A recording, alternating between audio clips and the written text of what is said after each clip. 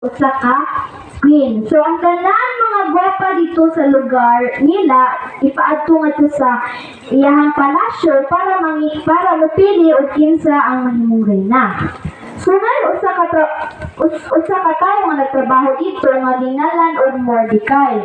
Kini si Mordecai usa siya ka servant o buotan. So naa siya usa ka agaw nga gingalan og Esther. Kini si Mordecai gipadako si Esther nga gwapa ug buutan nga babayi.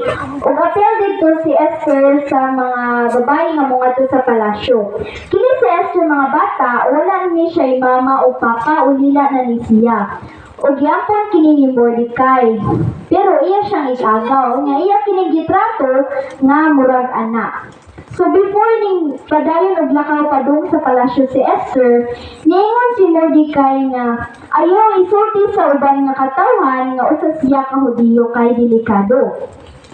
So pag-abot pa lang ni Esther ngadto sa palasyo, nanibago na siya, na-amaze na siya sa mga bago nga mga gamit dito. O siya nagtuo sa Ginoo, nagampo siya aron mangayo siya og tabang. So niabot na ang adlaw para moadto siya sa hari.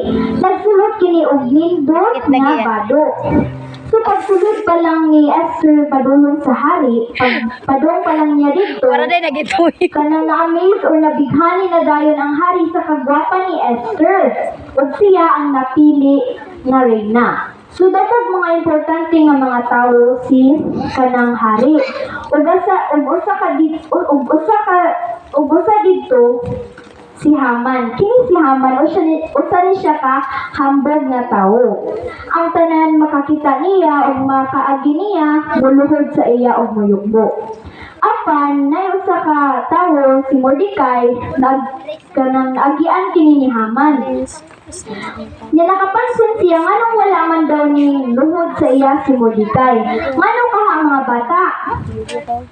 So wala ning luhod si Mordecai kay naa siya gituuhan nga Ginoo o mao kadto si Jesus. So napuno kini sa kalagot si Haman. So nagplano siya nga iyang pagapatyon si Mordecai ug ang dili lang si Mordecai ug ang tanang mga Hudiyo nga dili mo sunod og muyukbo. So gisulti kini ni Haman ngadto sa hari ang tanan.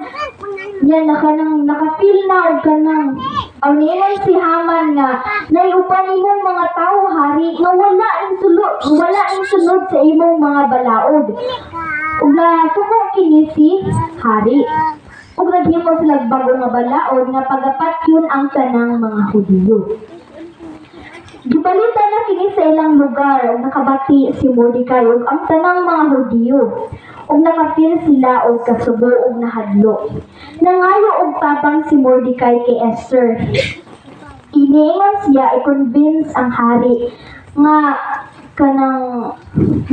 dili kanang ihawat to nga balaod kay kung pagapatyon ang tanang mga Hudiyo maapil daw siya. So si Esther nakafeel pa ni siya og kahadlok kay ang tanan daw mga mo request sa hari nga way permiso ikay ipanish.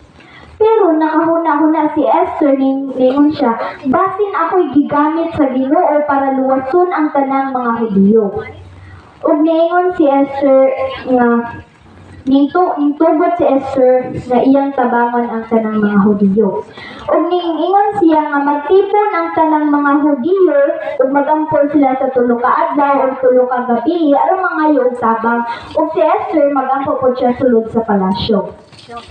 So paglakaw pa lang padulong ni Esther ngadto, wala na siya nakafeel og kahadlok, wala na siya nakabati og kanang nahadlok siya kay tungod dili niya kaya. Pero iyang gihunahuna nga ang Ginoo na always sa iyahang tapad na gagiya.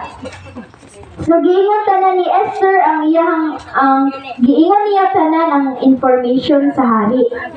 Ug nakafeel kini og kasuko ang hari. Mao gipanish si Haman. Ug si Mordecai nahimo siyang successful nga king chief servant. So nay usa ka og mao ra kadto mga bata niya. Nay usa ka hello Sige. Dahil sa kami more verse diri, nagaingon mabasa kini sa Isaiah 41:10. So do not fear, for I am with you. Do not be dismayed, for I am your God. So nagpasabot din mga bata nga dili kita mahadlok, kay ang Ginoo na always sa ato nagtabang ug nagagiya. Kay dili kita niya biyaan. Do not be dismayed, for I am your God. So, pasabot po nga dili kita masubo or madismaya kay siya ang atong Ginoo nga nagatabang sa ato kanunay sa tanan natong mga pagsulay sa kinabuhi. So, mo na to mga bata o mayong gabi.